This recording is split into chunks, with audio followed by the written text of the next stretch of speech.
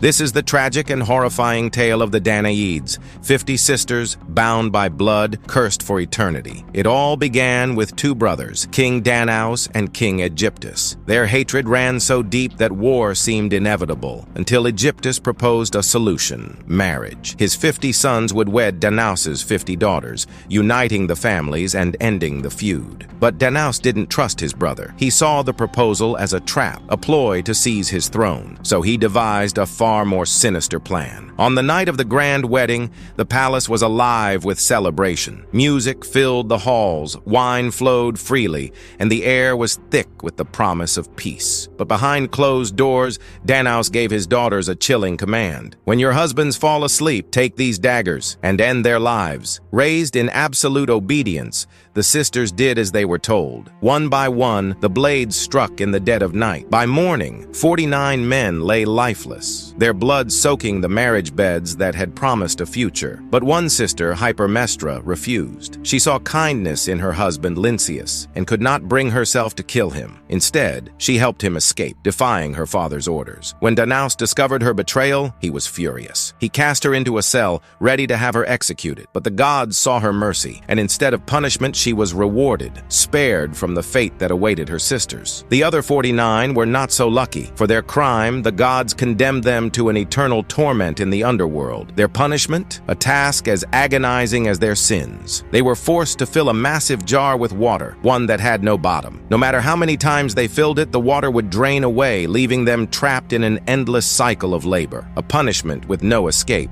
A father's command, a crime of obedience, and a fate worse than death. But who was truly to blame? The sisters for following orders? Danaus for manipulating them? Or the gods for cursing them for eternity?